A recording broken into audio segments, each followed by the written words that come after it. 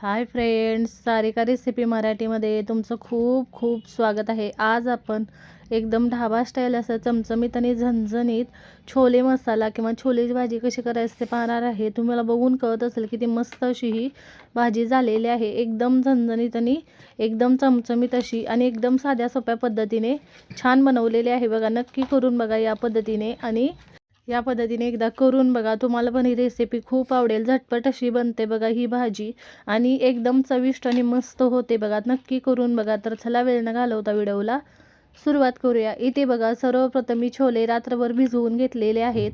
मी अंदाजेच हे भिजत घातले होते, अंदाजे हे पाव किलो असतील। आता इथे बघू शकता हे छान भिजलेले आहेत। मी स्वच्छ धुवून घेतलेले आहेत। आता हे शिजत घालणार आहे। त्याआधी एक पोटली बनवून घ्यायची।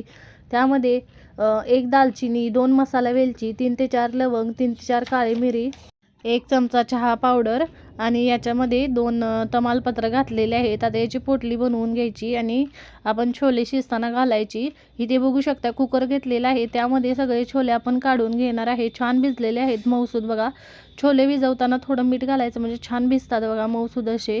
आणि इथे बघू शकता छोले कुकरमध्ये काढलेले आहेत, त्यामध्ये अर्धा चमचा मी मीठ घातलेलं आहे बघू शकताय। आणि इथे थोडंसं चिमूटभरच खायचा सोडा घातलेला आहे। सोडा घातल्यामुळे छान छोले शिजले जातात बघा। पाणी घातलेलं आहे, इथे वरपर्यंत पाणी घातलेलं आहे बघू शकताय।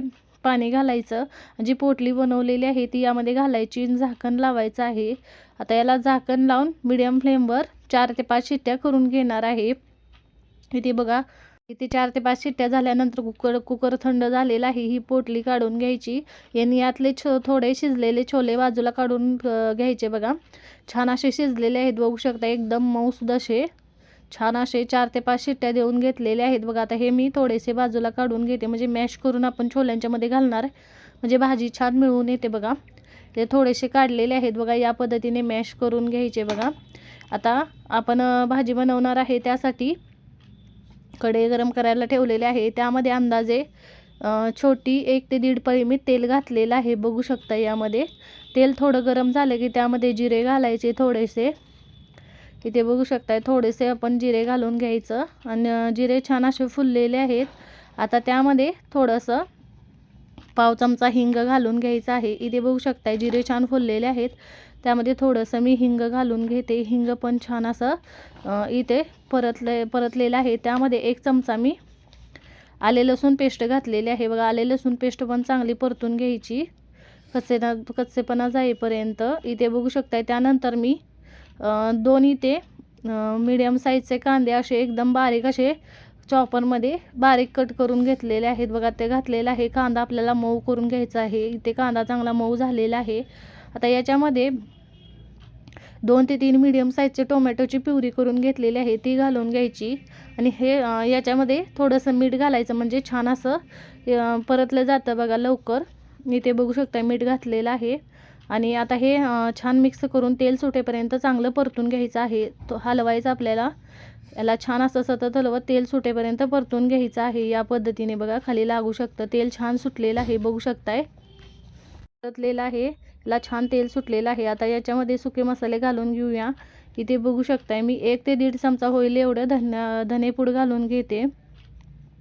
इथे मी अर्धा चमचा लाल मिरची पावडर घातलेली आहे तिखटवाली, पाव चमचा मी इथे हळद घातलेली आहे।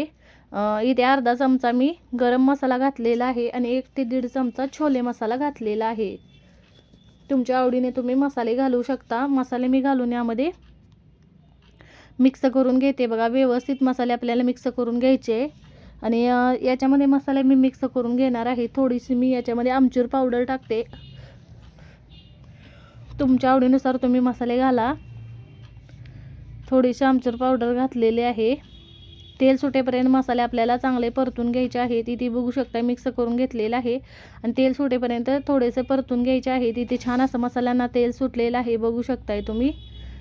आता हे मिक्स करून घेते आणि आपल्याला शिजलेले यामध्ये छोले घालून घ्यायचे आहेत। इथे बघू शकता मिक्स करून घेतलेलं आहे आणि इथे मी छोले घालून घेते बघा। अंदाजे आपल्याला याच्यामध्ये मी छोले घालून घेतलेले आहेत आणि आपल्याला मिक्स करत असं यामध्ये मॅश करून मिक्स करायचे आहेत बघा या पद्धतीने, म्हणजे छान असे व्यवस्थित यामध्ये मिक्स होतात बघा।